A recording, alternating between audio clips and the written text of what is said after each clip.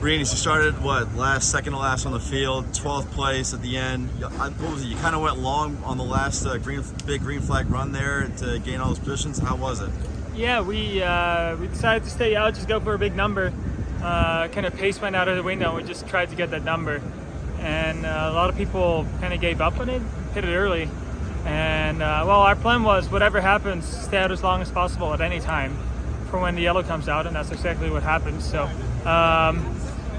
Yeah, we cycled up to 7th there.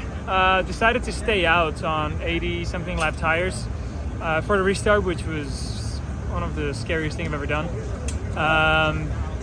Yeah, there, I couldn't really race hard. Had a lot of new tires around me, so yeah, that was just hard. I had to make sure I brought it home, and I would say top 12. Oh, P12, P16, 2 races, starting second and third last. Not bad, and also Jacob, 11th place, by far his best finish so far. So things worked out for him. Really good points day for the team, and hopefully this is a good step in the right direction also for Jacob for leader circle. What was the message to Jacob after getting out of the car? I saw you and him embrace her a little bit. Yeah, I mean, he just did a great job. I didn't really think he would get around the outside in the final corner. It was a drag race, probably got me by a foot. So that was a good job. He did a good job, and he's getting the hang of it here in IndyCar. So it's good to see him do well. I think Mid-Ohio was kind of his turning point, and yeah, I kind of helped him. He was racing Ferrucci, and anytime Ferrucci was on the inside, I was trying to get his air away, just so Jacob could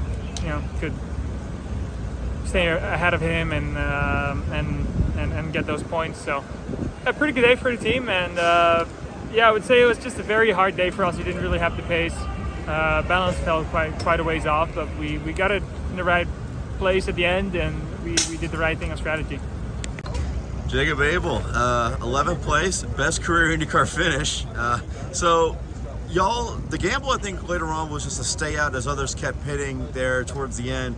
Can you describe what went into that and your thoughts as the yellow came out for Colton Herta's accident? Yeah, for a second there we were going to try and just get home after that last caution. So we were trying to hit a big number. We were losing a lot of time.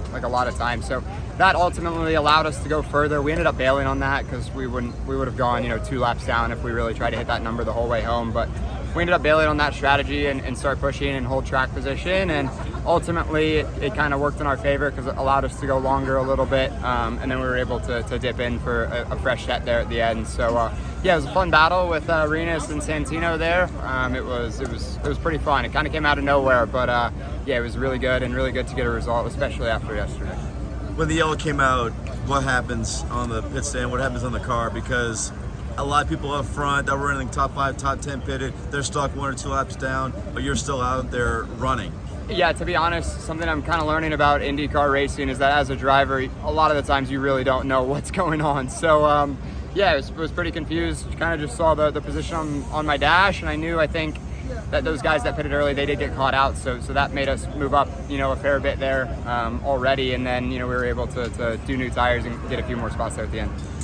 What was the pass like I didn't see it on TV there. You got Rinus thinking, 1 lap to go, 2 laps to go, whatever. What was that pass like? How'd you set that up to get 11? Yeah, man, I got him basically right at the line, kind of drag racing to the line there. Me and Santino were going back and forth. Rinus was on older tires. He didn't come in.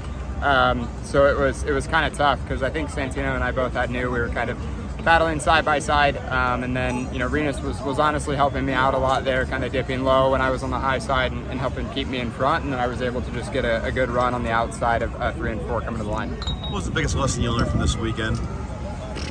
Probably resilience. I think that's the theme of this whole entire year. It's just stay positive. You never know what can happen. These races, each race is a new opportunity. No matter where you're starting, these races are pretty chaotic, so your weekend's never really over until it's over. Major channel announcement. Do you love NASCAR coverage?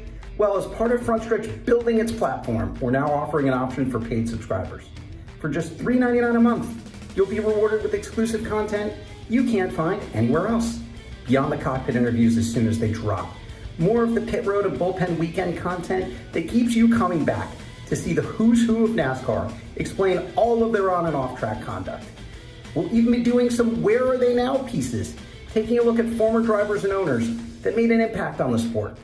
Want more direct contact with your favorite Frontstretch reporters? No problem. We'll give you a chance to communicate directly with monthly Q&As. Your questions are what drives us to find answers. That's why we're here.